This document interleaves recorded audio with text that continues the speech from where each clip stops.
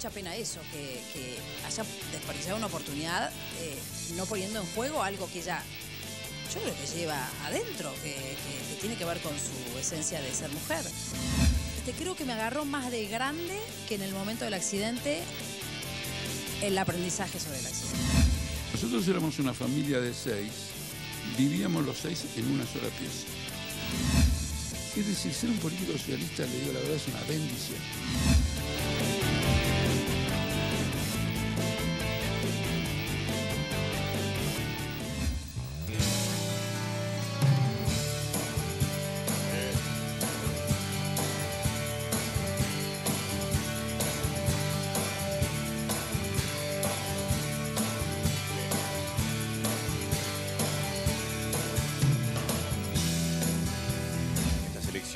Gabriela Michetti aparece como el nombre más fuerte en la ciudad.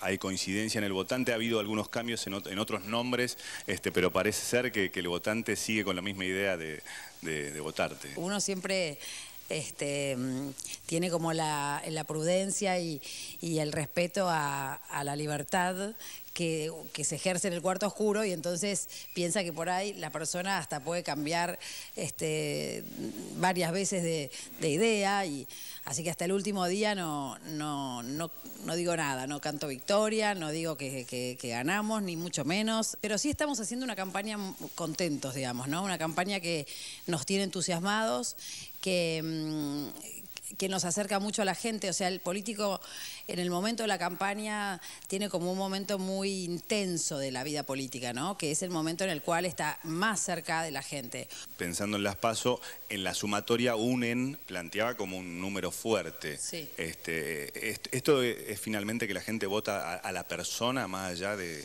algunas cuestiones? Bueno, lo terminaremos viendo en octubre, ¿no? Pero yo creo que en UNEN son 4 candidatos, o eran 4 candidatos en las PASO, con muy distintos perfiles.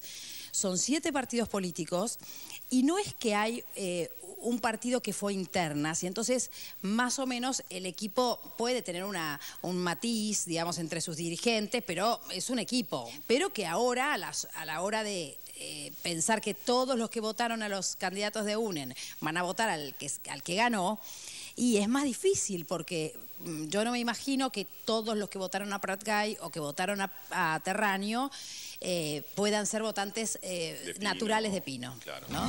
Quería saber el pensamiento concreto de la presidenta. La única vez que conversé con ella, que fue como 1 hora y media que conversamos, se lo dije tal cual, con mis palabras, con mucho sentimiento, que ella perdió la oportunidad de poner en juego algo que tenía, que yo creo que tenía, por una condición básica, que es que ella, al ser mujer, tiene el componente de lo que yo denomino lo femenino, que a veces también lo tienen los hombres muy desarrollado, digamos, que es la capacidad de ver a largo plazo, de poner la dimensión temporal en la visión política, la capacidad de empatía con el otro, de escuchar, la capacidad de diálogo, de integrar.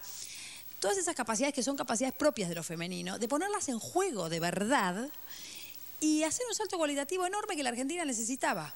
Porque si nosotros hubiéramos tenido esos años de crecimiento de los primeros 4 años del gobierno de Kirchner, y encima hubiéramos hecho un diálogo fructífero y profundo entre las distintas fuerzas políticas para fijar las políticas de los 50 próximos años de la Argentina, yo digo, la presidenta pasaba, pero otra que la historia.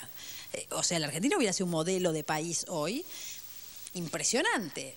Entonces, la verdad que a mí me da mucha pena eso, que haya desperdiciado una oportunidad no poniendo en juego algo que ella, yo creo que lleva adentro, que tiene que ver con su esencia de ser mujer. ¿Por qué, más allá de diferencias políticas, en el resto de los ambientes partidarios se habla bien de Gabriela Michetti? No sé, habría que preguntarle a la gente que dice eso o que me respeta. Yo podría pensar que tal vez tiene que ver con que yo sigo siendo la misma persona siempre. ¿Y en el camino cómo fue la construcción de la acción política? Yo empecé a trabajar en política partidaria en el PRO, digamos, en el año 2003. Y antes había trabajado en el Estado como técnica. Sí, sí. y no respondiendo a ningún partido político, porque yo me había especializado en relaciones comerciales internacionales y en cooperación internacional. Yo trabajaba con el papá de Marcos Peña, que hoy es el actual secretario de gobierno nuestro, y que se llama Félix Peña, el papá, un señor muy prestigioso en el área de las relaciones comerciales internacionales, que era subsecretario de Comercio Exterior. Yo había sido su alumna en una maestría y por eso él me había pedido que trabaje con él cuando fue subsecretario de Comercio Exterior. Bueno, lo conocí a Marcos ahí y Marcos ya a esa altura había empezado a trabajar en la Fundación Creer y Crecer. Entonces, la Fundación Creer y Crecer era la fundación de los equipos técnicos que preparaban las propuestas de gobierno para la Ciudad de Buenos Aires, para Mauricio Macri. Sí. Entonces me invitó a participar, a conocer a Mauricio Macri. Yo al principio medio escapaba de la situación, pero finalmente insistió tantos Marcos que al final lo conocí a Mauricio en esta casa, en este lugar, y me cayó muy bien, me sorprendió positivamente. Hubo en ese día, digamos, una serie de preguntas, éramos como 20 mujeres que le preguntábamos, bueno, por qué él se quería meter en la política, y él nos preguntaba a nosotros qué opinábamos de la política en el país y cómo veíamos el Estado, las instituciones. Al final de esta historia terminé metiéndome realmente en la política partidaria y empezando a construir el PRO desde el inicio. Hablábamos de lo complejo, por lo menos desde afuera, de quien llegado desde lo técnico, desde el conocimiento, tiene que encontrarse con lo que es debatir, discutir cosas que por ahí no está acostumbrado a hacer. Es un tema bien complejo. Tiene una lógica totalmente distinta, porque además lo técnico en el área donde yo trabajaba tiene mucho de procedimientos ya estándares. En cambio en la política, y sobre todo en una política que tiene muy poco de institucional, con más razón tenés imprevisibilidad permanente, te encontrás además con personas que tienen muy pocos escrúpulos y digamos, y tienen niveles muy agresivos de trato y de confrontación, y entonces es un ambiente totalmente diferente.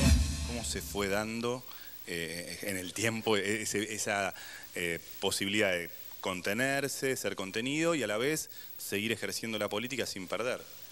A mí me resulta prioritario en mi vida todo lo que es afectivo. Digamos, no podría decir que soy una persona que, digamos, que el trabajo digamos, le alcanza, le es suficiente. Y no, digamos, a mí me parece que hay muchas cosas en la vida a las cuales uno tiene que, que arrojarse, digamos, ¿no? Y una de las prioritarias es el tema de las relaciones afectivas. Yo soy mamá, con lo cual esa relación es, dentro de las afectivas, además, una relación prioritaria. Yo empecé a ejercer la política partidaria cuando Lautaro ya salía de la escuela primaria, con lo cual tenía la posibilidad de tener un poco más de tiempo para dedicarle a la actividad que es muy absorbente. Me separé al año y pico de empezar la política, el ejercicio de la política, casi 2 años, y estuve sola unos años, pero siempre con la idea de que no me quería quedar sola, digamos, como que no me iba a alcanzar esto, ¿no?, del trabajo para estar feliz y para estar contenta. Y finalmente hace casi 3 años, me puse de novia y hoy estamos de novios con Juan, que es una persona que es muy importante para mí. Y que me ayuda un montón y que me da mucho más, te diría como más fortaleza también en la tarea que desempeño, ¿no? ¿Cómo era la Prida? En la Prida yo nací en el año 65, mi papá se había ido a vivir a la Prida como médico para ejercer su profesión, porque quería ejercer como médico en un pueblo, como médico rural, un pueblo chico que tiene 10.000 habitantes. Mi mamá era de un pueblo cercano, mi papá no, mi papá había estudiado medicina acá en la UBA, había vivido en la ciudad de Buenos Aires. Yo fui su primera hija, y después vino mi hermana Silvina, que tiene 2 años menos que yo, y mi hermano Gabriel, que tiene 4 años menos. Viví toda mi infancia y mi adolescencia en la Prida y hice la primaria y la secundaria allá. Terminé a los 17 años y ahí me vine para acá. Y la Prida es maravilloso porque era una época en la que los pueblos todavía tienen diferencia con la ciudad, pero ya tienen algunas complejidades en términos de seguridad. En esa época era de una tranquilidad, una paz, una confianza en el otro, las casas abiertas, los autos con los vidrios bajos, la llave adentro, o sea, era imposible pensar que te podía pasar algo malo, ¿no? Y entonces, bueno, eso fue una vida maravillosa en crecimiento. ¿Y allí había otros sueños? No, yo creo que en mi caso, digamos, la vocación fue muy marcada desde chica. Yo siempre, digamos, fui una persona muy ligada a cosas. En la Prida me dediqué mucho, además de ser la escuela primaria y la secundaria, a hacer muchas cosas de servicio comunitario. Desde el grupo parroquial, desde el grupo Scouts, desde la Juventud del Rotary, desde Cruz Roja, que la creamos nosotros con unas compañeras, o sea, todo el tiempo haciendo acciones de ese tipo. Entonces yo creo que el servicio, digamos, y la vocación del servicio público ya la tenía de pequeña. Hoy el PRO es la síntesis del hecho artístico. Digo, cuando aparece el triunfo, aparece el baile, aparece la música, y en tu caso la música también, cada tanto la guitarra también aparece. ¿Cómo es esto? Sí, yo estudié piano muchos años y después, como el piano es un instrumento difícil para la socialización, digamos, y a mí me gustaba mucho cantar. Entonces, un día agarré la guitarra y dije, bueno, voy a empezar a tocar la guitarra, digamos, y fui más autodidacta. Con guitarra no estudié, pero sabiendo piano es fácil, digamos. Y entonces empecé a tocar la guitarra y a cantar. Y fue yo te diría que fue durante muchos años un elemento muy importante, porque era como, te diría como el elemento de nuclear, de juntar, de agrupar, ¿no? Entonces, en nuestro departamento acá en Buenos Aires, cuando yo vivía con mis hermanos y estudiábamos, le decíamos, al departamento le decíamos la polis griega, porque venía todo el mundo y hacíamos como asambleas permanentes en el departamento. Entonces era, no sé, salíamos, íbamos a los bailes de los chicos del interior, mirá cómo nos divertíamos. Y entonces, después de los bailes veníamos a casa, al departamento, y por ahí nos quedábamos hasta, no sé, las 9 de la mañana del día siguiente con la guitarra, comprábamos las medialunas a la mañana y seguíamos con nuestra peña folclórica. ¿Las obvias del fogón o más folclóricas? ¿Qué canciones? De todo un poco, ¿viste? ¿Qué Las típicas del rock nacional. Clásicas del fogón. Y nosotros que somos del campo también algo de folclore y todo eso, ¿no? ¿Y el vínculo con lo cultural en general cuál es? ¿Cine, tele? ¿Cómo te Sí, vinculas? la verdad es que a mí me gusta mucho el cine, me gusta muchísimo el cine, me gustaría mucho más. Cuando estaba en la facultad me acuerdo que con mi novio de la facultad, siempre hay un novio de la facultad, ¿cómo se llamaba el cine ese que tenía las películas rusas? El Cosmos. Sí. Ahí íbamos un montón, me acuerdo. Me gusta mucho el teatro. Por ahí soy menos de la música, de la lírica, no tengo tanta costumbre ni habitualidad en eso. Mi papá intentó hacernos gustar de esa música y yo creo que no lo logró con ninguno de los tres. Me gustan mucho también los viajes como cosa cultural. A mí me parece que esa fue como uno de los capitales más importantes que nos dieron nuestros padres, porque desde muy pequeños, desde bebé literalmente, en época que no había, yo no sé cómo hacía mamá, en época que no había pañales descartables para los chicos, íbamos de vacaciones juntos los 5 en el auto, recorríamos kilómetros y kilómetros, la verdad que viajamos un montón. ¿Y ellos coinciden con lo que ven, como te ven como política? Sí, yo creo que le gusta más a papá que a mamá. Digamos, a mamá le gusta, obviamente yo creo que se siente orgullosa sobre todo de los valores que defiendo, porque son los que ellos me inculcaron. Pero papá sí, papá yo creo que papá fue el que nos inculcó, me parece, todo esto, a pesar de que él es médico, y un médico muy enamorado de su profesión, su vocación, le encanta, es el día de hoy que sigue hablando de medicina, ya está jubilado hace rato, y trabajó 17 años ad honorem en el hospital público. Fue director también ad honorem del hospital público. Entonces, bueno, una persona que nos inculcó muchas cosas del servicio público.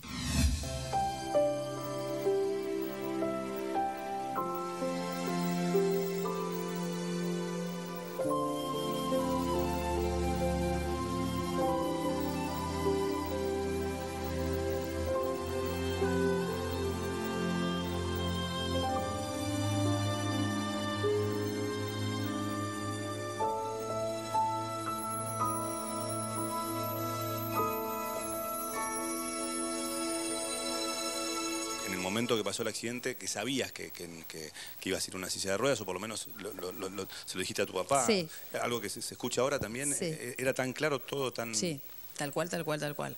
O sea, cuando yo tuve el accidente, digamos, yo estuve en un camino de ripio, entre el campo de mi papá y el pueblo que queda en La Prida, digamos a 15 kilómetros del pueblo de La Prida, y entonces allí cuando me llevaron al hospital, yo le dije eso a mi papá, que ahora está circulando, porque yo lo conté en una biografía mía, que bueno, que yo iba a ser feliz igual porque en la silla, porque yo me di cuenta, primero, que estaba parapléjica, inmediatamente cuando me desperté en la banquina, porque es muy impresionante la sensación, que yo no la puedo transmitir a nadie, no hay nada con qué compararla, o sea, es imposible, porque no te puedo decir, mira, es como cuando te duele la cabeza, no.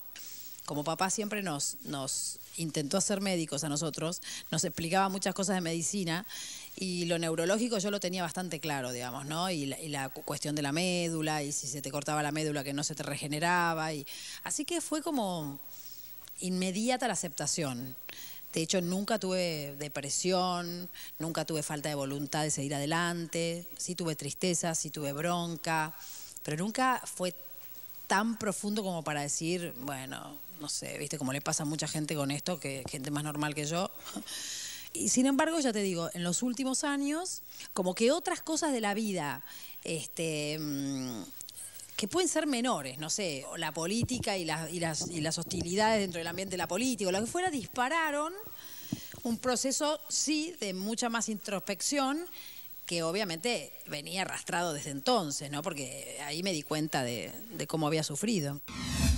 Después del accidente, ¿cuántos cambios hubo? ¿Cómo fue ese quiebre? Es un quiebre distinto, estamos hablando de otra cosa ya. Vos sabés que yo creo que en el momento del accidente yo no tomé mucha conciencia de lo que significó eso en mi vida. Como que no maduré ni crecí mucho, a pesar del dolor que genera la vivencia de una situación límite como esa. Creo que recién en los últimos años yo he logrado hacer una capitalización, digamos, de ese momento. Como que en ese momento lo único que hice fue poner garra, fuerza, para salir adelante, y medio como que negué, digamos, lo doloroso y lo difícil, ¿no? Lo pasé medio por arriba, porque además el nene tenía 2 años, mi hijo tenía 2 años, entonces yo tenía que tratar de poner, estaba mi marido al lado, nosotros nos habíamos casado hacía 3 años, entonces, viste, como que fue mucha fuerza puesta y toda la libido puesta en salir adelante. Entonces, recién ahora, en los últimos años de mi vida, yo como que pude entender ese dolor del accidente, el dolor de mi separación, y entonces hacer como una especie de crecimiento real y darme cuenta de un montón de cosas que uno se da cuenta a partir del dolor. Pero es como que en el momento no me di cuenta y seguí siendo la misma. O sea, no me cambió mucho, al contrario. Como que me fortaleció ese signo mío de acción y de fortaleza y de salir adelante. Siempre lo tuve así. Entonces, creo que me agarró más de grande que en el momento del accidente el aprendizaje sobre el accidente. Y esa fortaleza que yo veo aún hoy, no se pierde en algún momento del día. Se pierde porque estás cansado, como cualquier ser humano, de un país que cuesta, un país que también tiene muchos problemas, y encima uno está tratando de poner lo suyo para arreglarlos, y a veces te encontrás con que, no sé, con que alguien te dice que te sentás en una silla de ruedas porque querés dar lástima, o ¿no? Esas cosas que pasan, ¿no? Qué increíble que haya gente que pueda tener semejantes pensamientos, ¿viste? Y sí, y eso a veces como que te cansa, te frustra. Esas son cosas duras. Porque de afuera es fácil, pero sentada estás vos en la silla. Sí. Entonces, son cosas duras. Y yo creo que las sufro yo y alrededor mío todos, digamos, todo el conjunto, no solo familiar, sino el equipo que yo tengo, que es de personas que son muy comprometidas afectivamente, somos todos como muy amigos, y entonces es como que eso se sufre en conjunto. Uno hace mucho esfuerzo real, ¿viste? Vos te podés equivocar, podés meter la pata de acá a la China, pero el esfuerzo y la vocación y la intención de querer hacer cosas por los demás es real. O sea, vos estás realmente en esa lógica y te empiezan a difamar de esa manera y vos decís, oh, ¿cómo peleás contra esto? Porque además hay mucha gente que está desconfiada y empieza a preguntar, che, ¿es verdad que vos podés caminar? ¿Entendés? Entonces, es como terrible. Igual, realmente en los últimos años yo he logrado esto que te decía, poner un poquito más el problema afuera mío, digamos, ¿no? Pero igual duele. ¿Qué hay de alegría? ¿Qué es lo que genera Y alegría? alegría, yo soy alegre, yo soy una persona alegre, evidentemente tengo una energía positiva adentro que ha sido muy de parte de mi temperamento y de mi carácter y de la formación que me han dado mis padres, la familia en la que nací, donde una familia que siempre mucho empuje, mucha alegría, mucho disfrute, también mucha exigencia. Yo soy mucho menos exigente con mi hijo de lo que fueron mis padres conmigo, a pesar de que igual él se autoexige solo, pero se le debo transmitir la exigencia por algún lado. Pero bueno, trato de no ser muy exigente. Pero mis padres fueron excesivamente exigentes con nosotros. Se enojan cuando yo digo esto, pero es verdad. Sí, todos los horarios eran, viste, perfectamente delineados. Todos los días cumplíamos el desayuno a tal hora, la merienda a tal hora. Teníamos que estar, si llegábamos tarde, penitencia. Si no, era así, todo el tiempo era terrible. Pero a mí me dan muchas cosas alegría, pero muchísimas cosas. Vivo mucho más contenta que triste, obviamente. ¿Y risa cuando uno se deja llevar por...? Por lo general son las cosas que tienen que ver con el teatro, las películas. Yo disfruto muchísimo de eso, digamos. ¿Qué en particular? ¿Hay algo que te haga reír así, comedias me directo? Parecen geniales, las comedias románticas me divierten un montón. La gente graciosa, yo tengo amigos míos del grupo del PRO que son muy, pero muy graciosos. ¿Podemos deschavar alguno que sea el que cuenta los mejores chistes? No, pero tengo, por ejemplo, compañeros que por ahí fueron de la legislatura porteña, como Martín Borrelli, que fue mi vice jefe del bloque. Bueno, con él yo puedo llegar a llorar de la risa. El Colo Santilli, que es mi compañero ahora de fórmula, me puedo llegar también a morir de la risa, porque es un tipo muy simpático y que todo el tiempo está gracioso. Aparte puede estar el drama más terrible y él con tal de poner la buena cara y que todos estemos bien a pesar del drama, él, viste, siempre va a salir con algún chiste. Por ahí me sale más, en los últimos tiempos me sale un poito más enojarme, pero me puede durar, no sé, una hora, ¿entendés? Una cosa que me enojó. Soy más yo soy más de la tristeza, pero yo creo que eso tiene que ver, ahora que estoy más que me conozco un poco más y que estoy más reflexiva y que trato de hurgar un poco en las emociones y eso, me parece que tiene más que ver con esas personas que somos como muy buscadoras de afecto. Cuando vos sos buscador de afecto, que te gusta que la gente te quiera o que tenga buena onda con vos, es muy difícil que te enojes. En vez de enojarse, se entristece. Entonces yo creo que en mi caso debe tener algo que ver con eso. Me quedé en lo último, no hablamos de Bergoglio y yo pensaba en lo espiritual y en la religiosidad y el vínculo, un vínculo muy fuerte que se mantiene presente. Claro, ¿qué significado tiene? Y es un tema difícil para mí todavía, porque por un lado estoy feliz de la vida, pero por otro me cuesta porque lo extraño un montón y bueno, eso. ¿Sí? Sí. Pero la verdad es que nada, qué sé yo, tengo una alegría enorme, porque obviamente es el Papa de todos los argentinos y de todas las personas del mundo, de todos los católicos y no católicos, porque yo creo que realmente es un líder internacional potente, muy potente, que la humanidad entera necesitaba. Pero bueno, en lo personal, obviamente uno pierde una relación muy importante, ¿no? Y ya está. O sea, ya está, porque no hay posibilidad. Por más que yo lo voy a tratar de ir a visitar después de las elecciones, sí, para no meterlo en el ámbito de lo político y he cuidado mucho ese tema. Pero, digamos, es muy difícil que uno pueda tener una relación, obviamente, con una persona que es papa, digamos. O sea, la relación que yo tenía, que era, Jorge, usted está ahí, bueno, yo voy para allá, ¿eh? O sea, imagínate. Uno escucha a cada referente del PRO que Macri sí parece ser candidato presidencial, sí o sí, para ustedes. Eso sí, lo tenemos claro. Estamos construyendo ese proyecto, esa alternativa. Estamos muy, pero muy entusiasmados todos en eso. Y creo que tenemos una buena oportunidad porque la Argentina le está faltando una alternativa diferente a los partidos tradicionales. Siempre apareció como el impulso por hacer una tercera alternativa partidaria, pero casi siempre terminó metida dentro del peronismo o metida dentro del radicalismo y nunca un partido nuevo, ¿no?, que apueste a las herramientas del siglo XXI. Y creo que realmente tenemos posibilidades de hacerlo.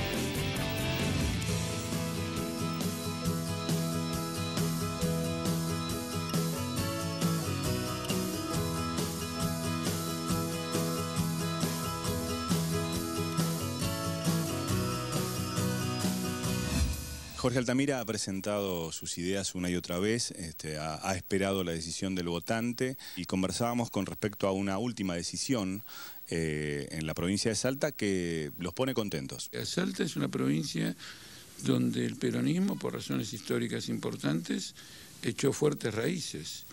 Y entonces haberle ganado a 12 candidatos peronistas en las elecciones del domingo pasado tiene un gran significado.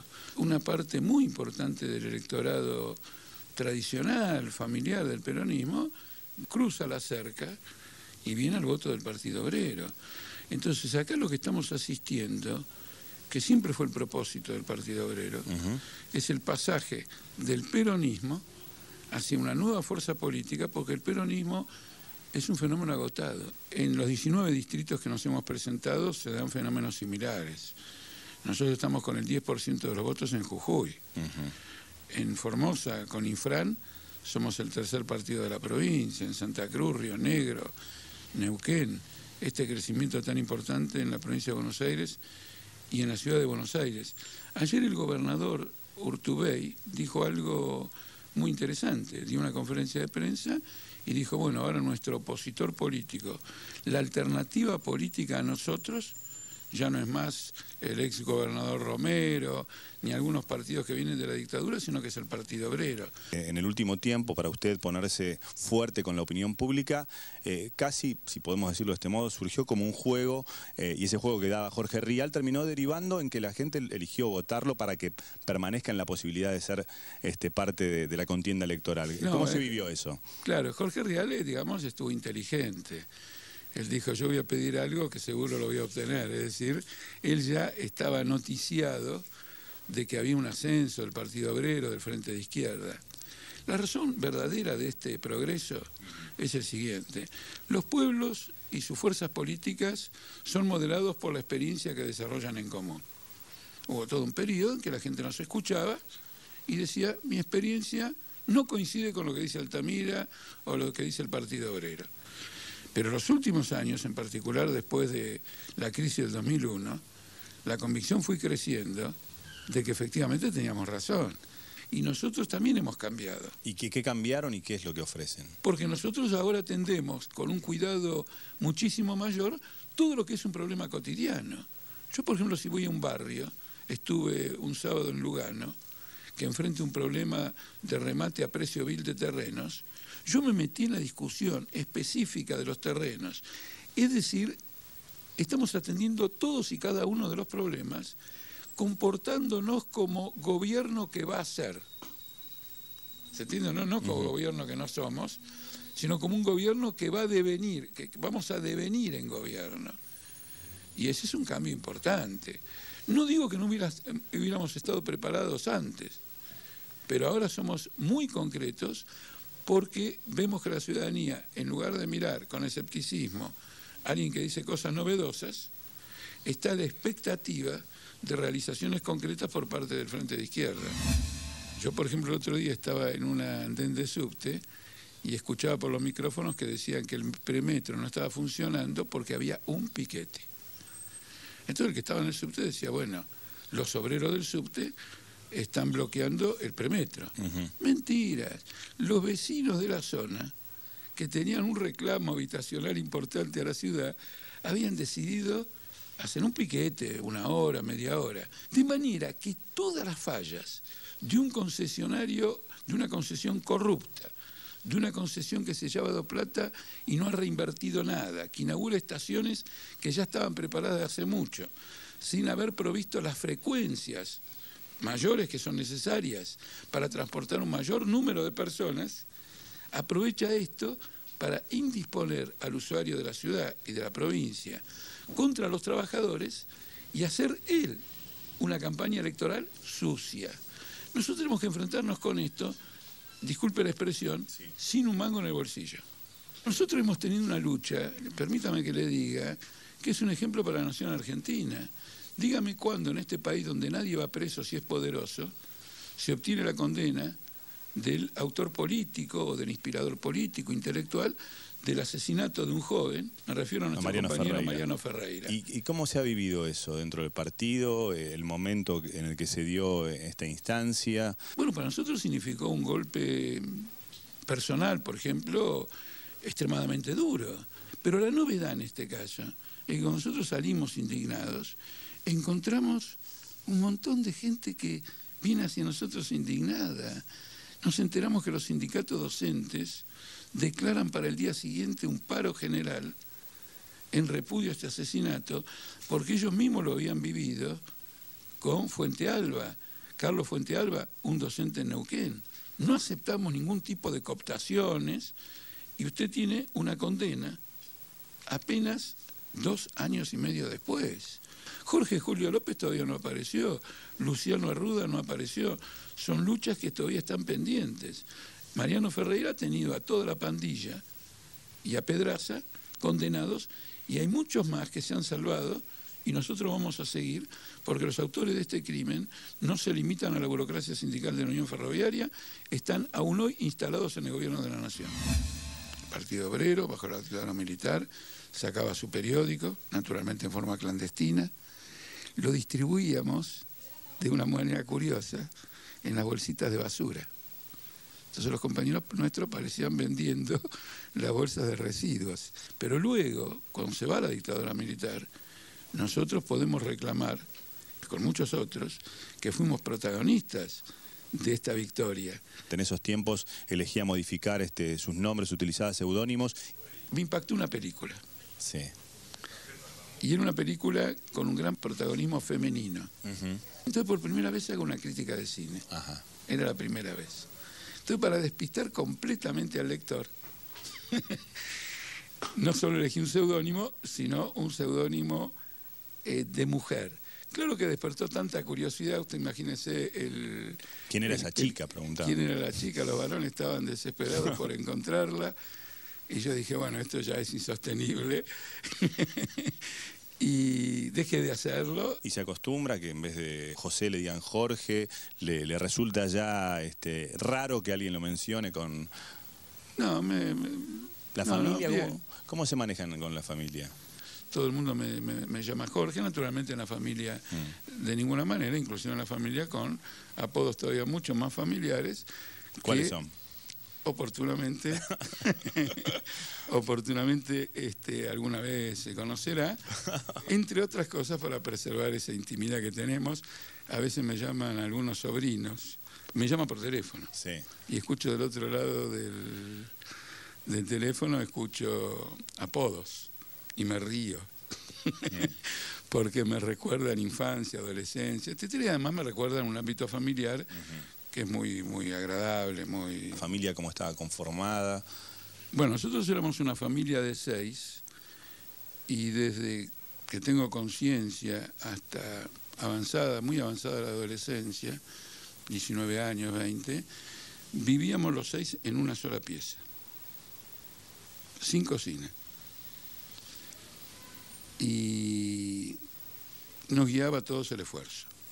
No falló nadie, de los 6. Padre, madre y 4 hermanos, no hemos fallado nunca en el esfuerzo, hasta que salimos, digamos, del conventillo, a algo un poquito superior. ¿Dónde tampoco estaban? tan superior. En un barrio en la zona de Córdoba y Anchorena, y le cuento lo siguiente. Cuando estuve en Lugano, se me acercó un tipo, íbamos a la misma escuela pública. Le digo, ¿a qué escuela fuiste? Él me dio el nombre de la calle, yo le di el nombre de la escuela. Él me dijo La Prida, yo le dije Juan Larrea. Recordamos algunas cosas, pero lo que me causó la máxima gracia es que él tenía una casa de servicio fúnebre. Sí. Y yo me acuerdo que cuando pasábamos por ahí, el hermano que me sigue a mí se agachaba siempre.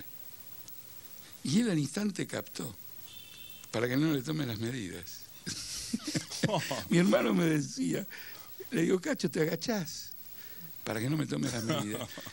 60 años después, el chiquito, cuyo padre, él me cuenta que la gente se agachaba para que no les tome las medidas, lo cual me pareció muy risueño a esta altura de la vida.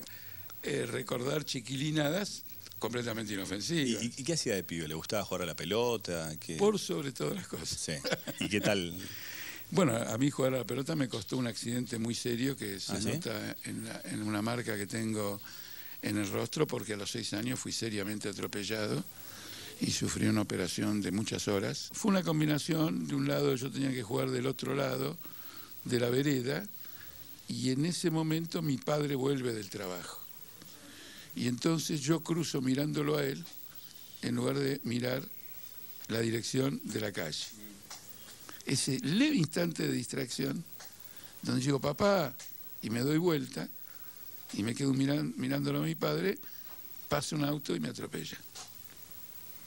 ¿Lo superó y...? Sí, total. ¿Y los juegos aparecieron de vuelta? No, inclusive yo conozco gente adulta que no se da cuenta que tengo una cicatriz. Los únicos que se dan cuenta que tengo una cicatriz son los menores de 6 años.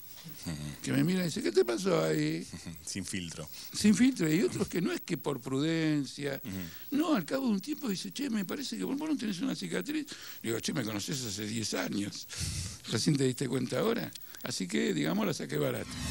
Mi padre era un luchador sindical. Era del sindicato gráfico. Nunca integró una comisión directiva ni cargo burocrático, pero era un apasionado de esa lucha sindical. Es decir, que viví en un clima de clase obrera y clase trabajadora absolutamente extraordinario, especialmente para alguien que va a terminar haciendo de esto la causa fundamental de su vida. Y la otra característica es que mi padre era una persona peleadora. Entonces siempre estaba tensado en una discusión, y yo lo veía discutir con mis tíos. Y por momentos sentía la necesidad de respaldarlo, y cuando había algo que entendía y que podía emitir algún tipo de opinión, metía el dedo yo para que mi padre dijera, mira, hasta un niño de 8 años, o de 7 o de 6, lo sabe. ¿Y usted es de pelear, de enojarse? ¿Lo era de joven? Tengo una fuerte tendencia a la indignación, eso es incuestionable, y no la tengo con respecto a las ideas.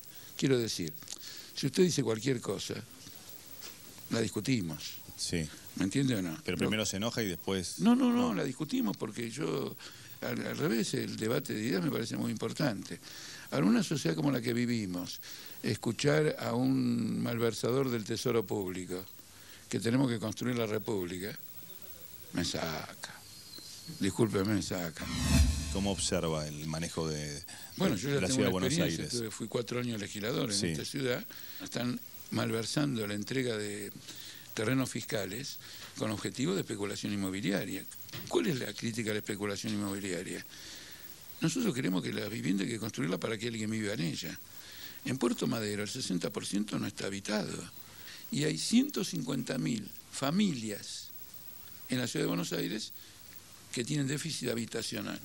Y va a crecer todavía más para la clase media. Porque naturalmente las familias crecen. Los chicos se van de casa y entonces ¿dónde van a vivir? Usted imagínese lo siguiente, el 60% del precio de una construcción es el suelo, no el costo de la construcción. Las viviendas no son caras porque hay una especulación con el suelo tremendamente importante que ha llevado a la ciudad de Buenos Aires a transformarse en una de las más caras.